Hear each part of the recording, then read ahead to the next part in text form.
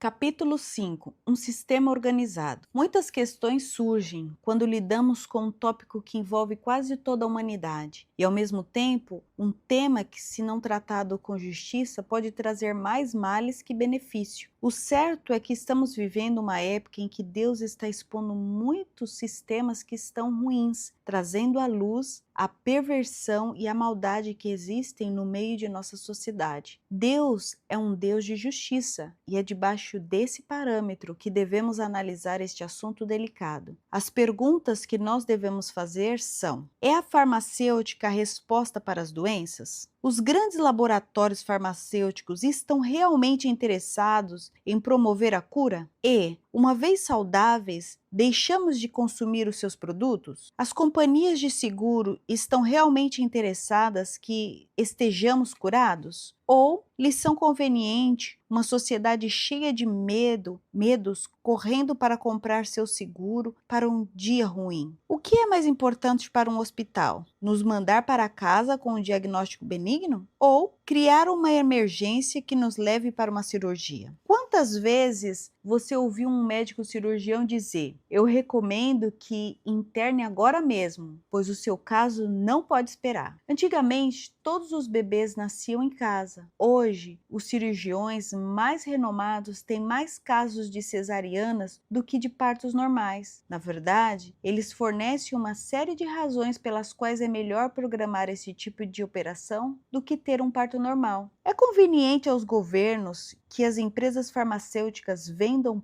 pouco e paguem menos impostos? Ou é melhor criar um sistema de medo e dependência que produz bilhões de dólares para laboratórios, hospitais, governos, seguros e todo o pessoal médico? Os governos são forçados pelos mesmos cidadãos a concederem cuidados médicos. Os partidos políticos sabem que quanto mais eles promovem esse item, mais votos terão. Por outro lado, está enraizado na nossa consciência a ideia de que precisamos imperativamente ser medicados. Os governos sabem disso e fornecem com a certeza de que os seguros só aceitem pagar os remédios de menor qualidade. Como você pode entender, este é um sistema estabelecido de interesses. O governo tentará suprir nosso medo da morte pelo menor preço possível e irá garantir que as pessoas paguem pelos remédios caros. Dessa maneira, o governo arrecada mais impostos e, com suas migalhas, mantém os dependentes de remédios e os que ficam presos ao Medicare, Serviço de Cuidados Médicos, ou SUS, Sistema Único de Saúde, que atua no Brasil. Não pense nem por um segundo que a sua seguradora aceitará a prescrição do medicamento mais caro do mercado ou a última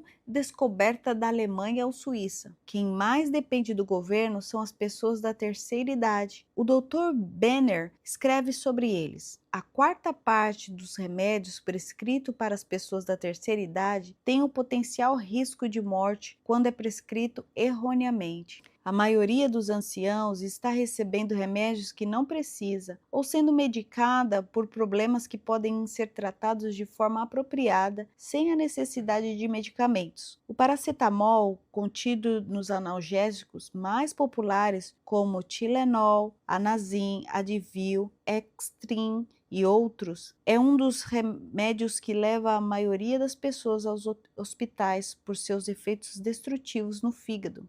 A FDA publicou alertas sérios contra o uso desses medicamentos. Bilhões de dólares e euros fazem parte de um sistema maléfico e que não convém a nenhum desses protagonistas que estejamos curados. Pelo contrário, é uma estrutura médica que promove a doença. E as pessoas olham para isso como a grande resposta de Deus ou os benfeitores da humanidade. Segundo as estatísticas, 700 mil pessoas morrem anualmente nos Estados Unidos devido aos efeitos colaterais dos remédios e 12 bilhões em todo o mundo. Os 30% dos pacientes internados nos hospitais é o resultado das reações e problemas causados por medicamentos. A morte por remédios é 10 vezes maior que a causada pelas drogas ilícitas. Em 1994, estimou-se que 2.216.000 pacientes foram hospitalizados nos Estados Unidos por sofrerem de uma grave reação adversa aos medicamentos e 106 mil morreram, fazendo dos remédios a quarta causa de morte neste país. A doutora Ghislaine Lactotte escreveu um livro chamado A Máfia Médica, qualificado pela jornalista Laura Gimeno Muzon, da Discover Saúde, como a denúncia mais completa publicada, íntegra, explícita e clara do papel que joga a nível mundial o complexo formado pelo sistema de saúde e a indústria farmacêutica. Entre as declarações que ela faz no livro, apresento as seguintes partes. São as multinacionais, as empresas farmacêuticas que decidem o que é ensinado aos futuros médicos nas faculdades e o que é publicado e exibido nos congressos de medicina. O controle é absoluto. A medicina hoje está controlada pelos seguros públicos ou privados. Não importa, porque enquanto alguém tem um seguro, perde o controle sobre o tipo de remédio que acessa. Você não pode escolher. Além disso, os seguros determinam até mesmo o preço de cada tratamento e terapia que serão praticadas. E se olharmos por trás das empresas de seguro ou do sistema público de saúde, encontramos o mesmo. É o dinheiro quem controla totalmente a medicina. A única coisa que realmente interessa àqueles que administram este negócio é ganhar dinheiro. E como ganhar mais? Bem, fazendo com que as pessoas fiquem doentes, porque curadas não geram renda.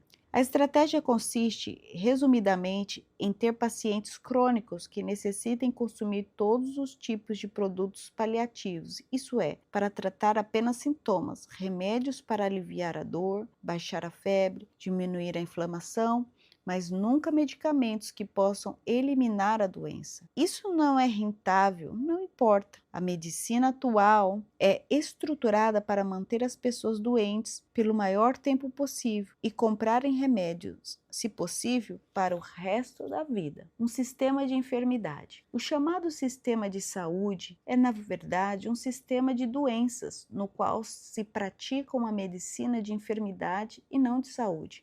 Uma medicina que só reconhece a existência do corpo físico e que não leva em conta o espírito, a mente e as emoções. O tratamento é apenas do sintoma e não da causa do problema. É um sistema que mantém o paciente na ignorância, dependência e que é estimulado a consumir remédios de todos os tipos. De maneira oficial, puramente ilusória, o sistema está a serviço do paciente, mas extraoficialmente e na realidade, o sistema está sob as ordens da indústria que é responsável em manter o sistema de doenças em benefício próprio. Em resumo, se trata de uma autêntica máfia médica, de um sistema que cria doenças, mata por dinheiro e poder. O médico, muitas vezes, de forma inconsciente, é, na verdade, a correia de transmissão da grande indústria. Durante os 5 a 10 anos que ele passa na faculdade de medicina, o sistema se encarrega de inculcar determinados conhecimentos e fechar os olhos para outras possibilidades. Além do mais, lhes ensina que o médico não deve estar envolvido emocionalmente e que ele é um deus da saúde.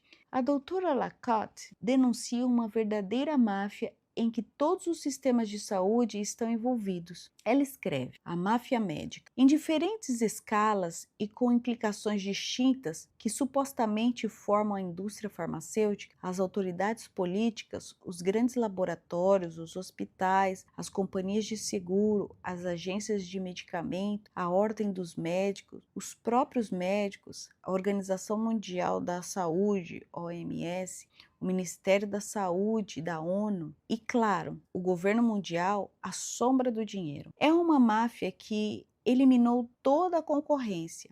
Atualmente, os pesquisadores são orientados, os discordantes são aprisionados, amarrados e reduzidos ao silêncio. Os médicos alternativos são rotulados de louco, têm suas licenças cassadas ou também são presos. Os produtos alternativos, rentáveis também, caíram nas mãos de multinacionais graças aos regulamentos da OMS e às patentes da Organização Mundial do Comércio. As autoridades e seus meios de comunicação sociais se preocupam em alimentar entre a população o medo das doenças, velhice e morte. De fato, a obsessão por viver mais ou simplesmente por sobreviver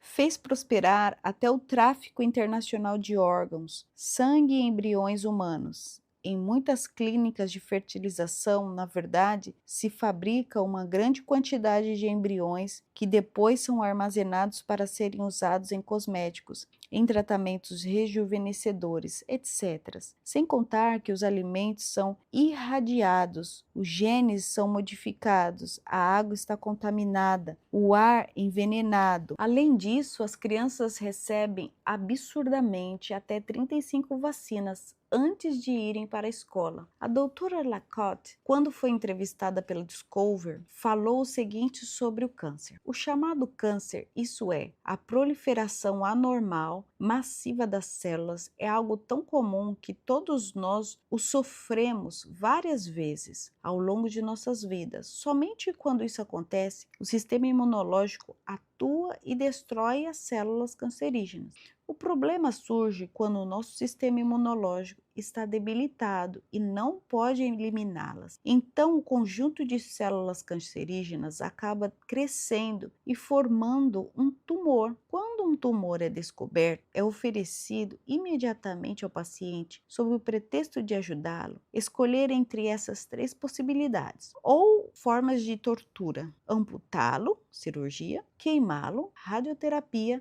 ou envenená-lo, quimioterapia, escondendo que existem remédios alternativos eficazes, inofensivos e baratos. E depois de 4 décadas de luta intensiva contra o câncer, qual é a situação nos próximos países industrializados? A taxa de mortalidade por câncer aumentou. Este simples fato revela o fracasso de sua prevenção e tratamento. Foram desperdiçados bilhões de euros e tanto o número de doentes quanto de mortos seguem crescendo. Hoje conhecemos quem se beneficia dessa situação, pois sabemos quem a criou e quem a apoia. No caso da guerra, todos enxergamos que isso favorece, acima de tudo, os fabricantes e traficantes de armas. Bem, na medicina, aqueles que enriquecem são os fabricantes e traficantes do armamento contra o câncer. Isso é, aqueles que estão por trás da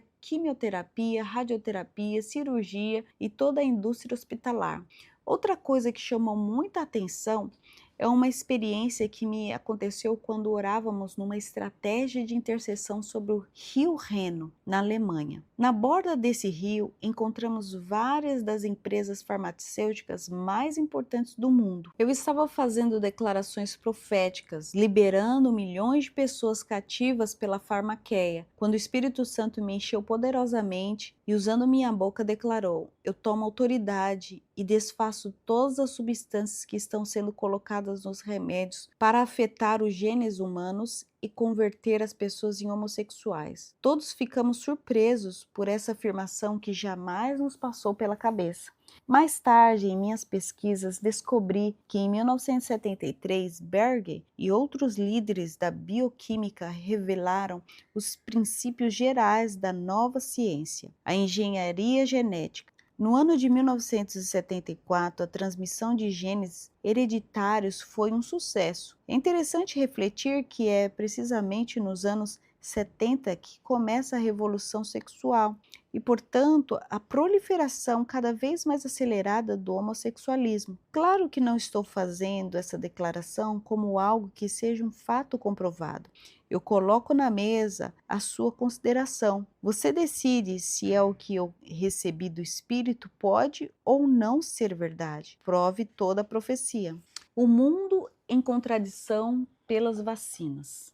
Uma grande controvérsia foi levantada contra as vacinas, que considero digna de ser analisada e pensada para que cada um tome decisões com conhecimento de causa e responsabilidade. A ignorância é um dos nossos maiores inimigos e que pode nos custar muito caro. O livro A Expropriação da Saúde, Nemesis da Medicina, escrito por Ivan Lich, descreve as doenças produzidas pelo sistema médico e levam o nome de iatrogênicos. Ele escreveu neste estudo: a medicina, não contente em tirar dos pacientes a consciência e o verdadeiro significado da enfermidade e dor, torna-os ainda mais doentes. Não paro de pensar nas vacinas que destroem o sistema de defesa das crianças. Muitas vezes lhes impõem cerca de 20 vacinas antes de começar a idade escolar. E depois nos perguntamos por que sofrem repetidamente de dores de ouvido tratadas com antibióticos.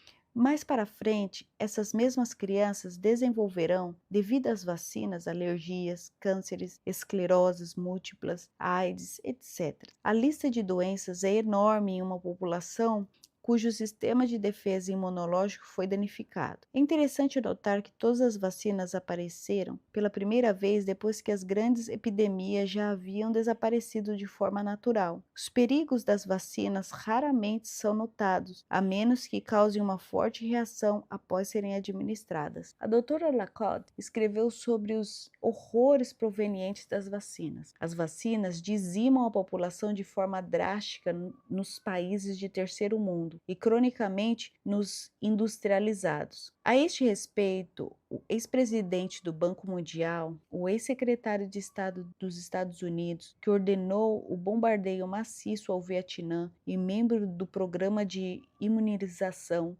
Robert McNamara, fez algumas declarações interessantes. Essas foram denunciadas em uma publicação francesa que dizia: devemos tomar medidas draconianas em termos de reduzir a população, mesmo que seja contra a vontade do povo. Reduzir a taxa de natalidade foi comprovado que não tem funcionado ou é insuficiente. Portanto, devemos aumentar a taxa de mortalidade. Como? Por meio de causas naturais, a fome e a doença. Com o medo que vem surgindo com a influenza H1N1, eu encontrei um número de estudos e publicações que denunciam a gravidade do fornecimento de vacinas. Essas investigações trouxeram esclarecimentos sobre a gripe espanhola. Vale a pena analisar, porque é, sem dúvida, uma das epidemias que causou mais mortes na história. Surgiu em 1918 e atingiu praticamente o mundo todo. Estima-se que 1/3 da população mundial, isso é, 500 milhões, foram infectados, dentre os quais entre 50 e 100 milhões morreram. A maioria das vítimas tinha entre 20 e 40 anos.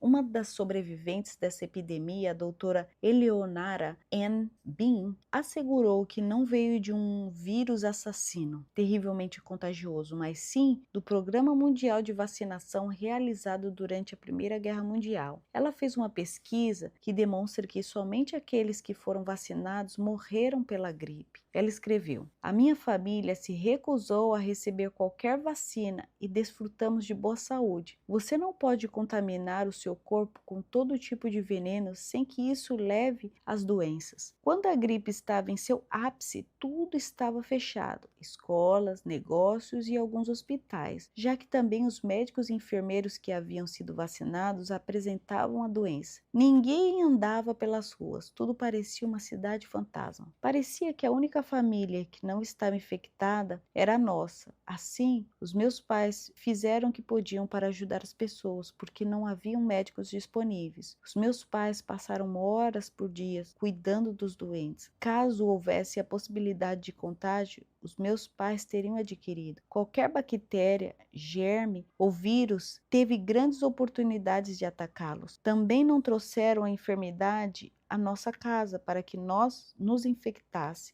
e também as crianças. E nós estávamos em pleno inverno, com neve para todos os lados. Aqueles que recusaram a vacina escaparam da gripe. Eram 7 vezes mais doentes entre os soldados vacinados que entre os civis que não receberam a vacina. Anne Riley, que viveu essa epidemia, também escreveu: como todos sabemos, o mundo nunca testemunhou semelhante orgia de vacinação e transmissão como aquela que aconteceu com os soldados nos acampamentos do exército. O exército dos Estados Unidos perdeu mais soldados por causa da gripe que mesmo pela própria guerra mundial. Muitas fontes relataram que para cada soldado foram aplicadas de 14 a 25 vacinas diferentes, o que levou à epidemia.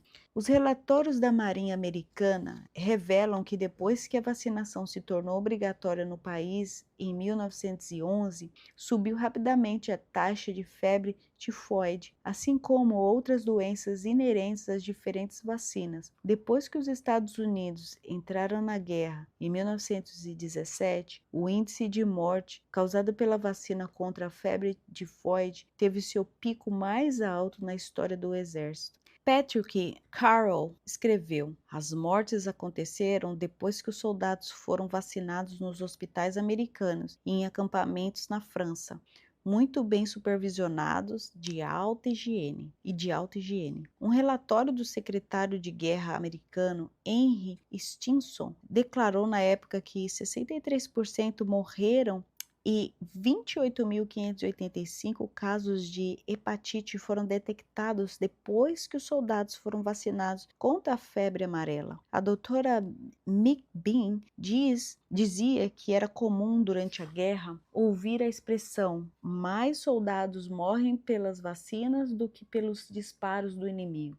Ela também escreveu: a situação tornou-se mais crítica quando tentaram lutar contra os sintomas das doenças, aumentando as doses das vacinas. Isso produziu um vírus pior do que a febre tifoide, chamado paratifoide. Para combatê-lo, criaram uma vacina ainda mais forte que deu origem à gripe espanhola. Não só a vacina contra a gripe espanhola produziu doenças e mortes, porém esse é o problema que milhares de médicos e pesquisadores estão enfrentando ao analisar os efeitos de todas as outras vacinas. John Rapport, em uma entrevista com um ex-pesquisador do mais importante laboratório farmacêutico e do Instituto Nacional de Saúde dos Estados Unidos, disse quando ele terminou a sua pesquisa: percebi que estava trabalhando em um setor baseado em uma grande coleção de mentiras. No que me diz respeito, acredito que todas as vacinas são perigosas. Elas comprometem o sistema de defesa do corpo, tirando a sua imunidade. Na verdade, podem até produzir a doença que tentam prevenir, dentre outros.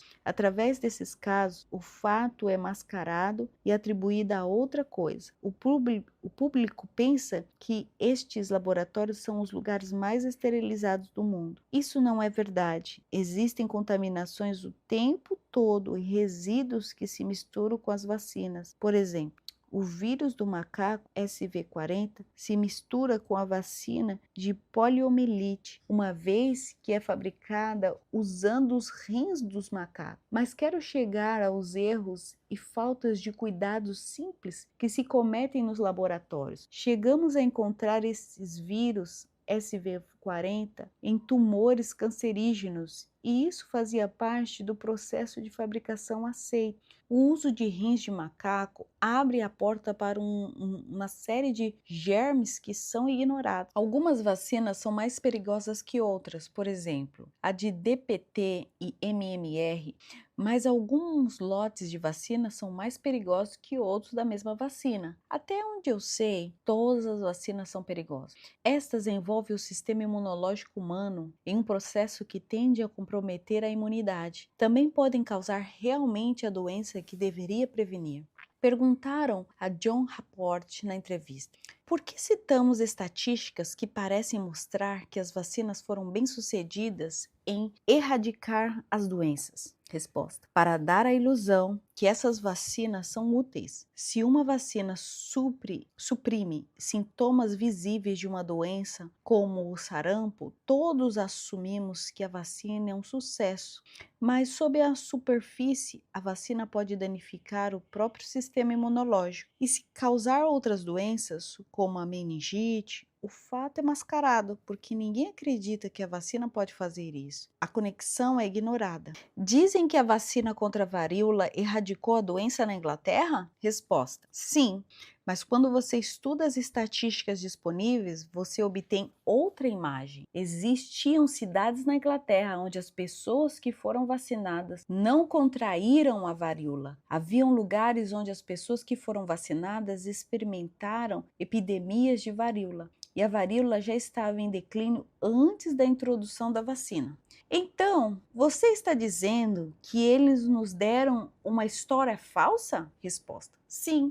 Isso é exatamente o que estou dizendo. Esta é uma história que foi preparada para convencer as pessoas que as vacinas são invariavelmente seguras e eficazes. O público acredita que esses laboratórios e esses ambientes industriais são os lugares mais limpos do mundo. Isso não é verdade. A contaminação ocorre o tempo todo. Todos os tipos de resíduos são introduzidos na vacina. Eu lhe darei uma lista de alguns resíduos que encontrei e também darei a você o que outros colegas meus acharam. Aqui está uma lista parcial. Na vacina Rimavax contra o sarampo, nós encontramos vários vírus de galinha. Na vacina contra a poliomielite, encontramos acantamoeba, que é uma ameba chamada come-cérebro. Na vacina contra a poliomielite, encontramos o citomegalovírus, vírus dos macacos. Vírus de formação de espuma de macaco na vacina contra rotavírus. Vírus de câncer de aves na vacina de MMR. Vários micro-organismos na vacina contra o antrax. Encontrei inibidores de enzimas potencialmente perigosos em várias vacinas. Na vacina contra a rubéola, vírus de pato, cachorro e vírus de coelho. O vírus da leucose aviária na vacina da gripe. Vírus da peste na vacina de MMR. Se você tentar calcular o dano que podem causar esses agentes de contaminação, nós realmente não sabemos por que nenhuma ou pouca verificação foi feita. É um jogo de roleta, você se arrisca. A maioria das pessoas também não sabem que algumas vacinas contra a poliomielite, contra o adenovírus, rubéola, hepatite A e sarampo foram feitas com tecido fetal humano abortado. Quando você busca os agentes de contaminação nas vacinas, pode encontrar um material que é confuso. Em relação à vacina, o Dr. Carlos Miranda também nos esclarece. Em termos de vacinação, o México é o pioneiro em implantar campanhas e programas universais de vacinação desde 1973, um ano antes que a OMS. O erro humano é inevitável em um processo tão complexo como a doença. A equipe médica lida com as patologias de diversos tipos, na maioria das vezes complicadas e com vários fatores agregados, não necessariamente clínicos. No México e em muitos outros países latinos, a ausência do controle de qualidade é evidente. Além do mais, infelizmente, o tempo de consumo e alguns outros fatores permitirão a comercialização da medicina. A vacina H1N1. Outra vacina que surgiu depois de uma poderosa campanha de medo por parte dos governos foi para a chamada gripe suína. O especialista em saúde pulmonar Wolfgang Rudark, da Alemanha, disse que não fizeram pesquisas alguma sobre os efeitos colaterais da vacina H1N1. Esta vacina acarreta um alto risco de câncer e tumores, já que é feita com células cancerígenas de animais. O Dr. Rudark considera que a própria indústria farmacêutica provocou o medo de uma epidemia de gripe suína. O seu único objetivo era vender mais remédios e vacinas com preço alto. A revista alemã Stern publicou: laboratório farmacêutico ganhou vários bilhões de euros com a gripe suína, não apenas com a vacina, mas com os remédios como Releza. Eles têm encomendados de 100 milhões de pacotes com um preço de produção de 18 euros por pacote, cujo reembolso financeiro corresponde a vários bilhões. Apenas os Estados Unidos pediram 251 milhões de vacinas e a Alemanha 68 milhões. Na quarta Conferência Pública Internacional de Vacinação, vários médicos deram as suas opiniões sobre os perigos da vacina H1N1. Barbara Loe Fischer, presidente do Centro Nacional de Informação, adverte sobre a vacinação. Toda vacina tem o risco de causar dano. Dr. Henry Levin, membro do Comitê de Médicos, uma das razões pelas quais estou aqui é para falar sobre o lado tóxico das vacinas. Dr. Stephanie Marin, PhD, imunologista e microbiologista. As vacinas não são recomendadas para os seus filhos. Hoje existem métodos melhores para tratar as doenças que eles pretendem prevenir. Alguns efeitos colaterais são asma, alergias e autismo. Dr. Lawrence Palesch, pediatra e membro da Academia Americana de Pediatria. O que eu aprendi na faculdade de medicina sobre as vacinas não é consistente e nem eficaz. À medida que os números de vacina aumentam, também temos visto o crescimento das doenças crônicas nas crianças.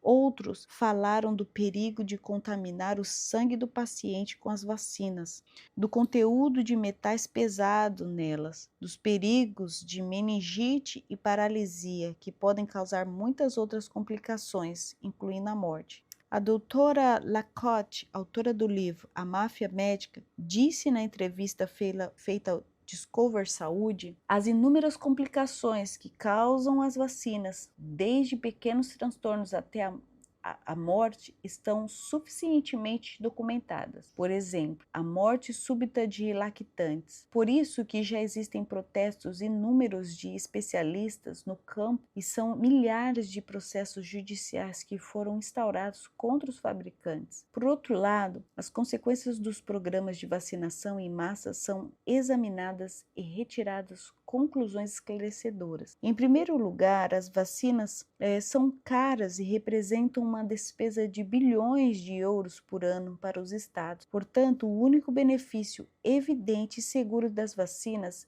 é obtido pela indústria. Além disso, a vacinação estimula o sistema imunológico, mas após a vacinação repetida, o sistema está esgotado. Sendo assim, a vacinação repetida pode, por exemplo, desencadear a AIDS silenciosa e garantir um mercado da doença perpétuo e florescente. Mais dados. A vacinação estimula a dependência médica e reforça a crença de que o nosso sistema imunológico é ineficaz. Embora as coisas mais horríveis é que a vacinação facilita os genocídios seletivos, porque permite liquidar pessoas de certas raças, de algum grupo, de determinada região, serve como experimento para testar novos produtos em uma ampla amostra da população e é uma arma biológica muito poderosa a serviço da guerra, porque permite intervir na herança genética hereditária de quem quer que seja. Investigações de médicos eminentes indicam que o HIV foi criado enquanto os testes de vacinação contra hepatite B em grupos de homossexuais estavam sendo realizados. E tudo indica que o continente africano foi contaminado do mesmo modo durante a campanha de vacinação contra a varíola. É claro que outros pesquisadores vão ainda mais longe e afirmam que o vírus da AIDS foi cultivado como uma arma biológica e depois se espalhou deliberadamente através da vacinação de grupos populacionais que queriam exterminar.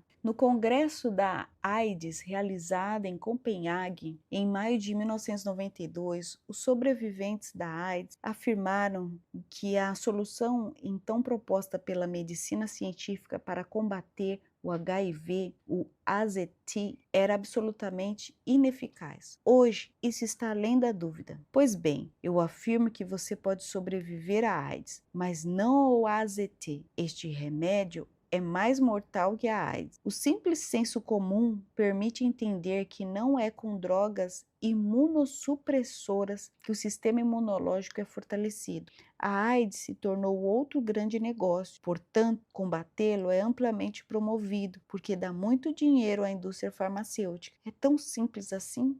Eu poderia descrever centenas de páginas de relatórios, estudos e ações judiciais contra as empresas farmacêuticas, mas acredito que, com o que foi relatado até agora, está claro para nós que a solução não está lá. Você decide.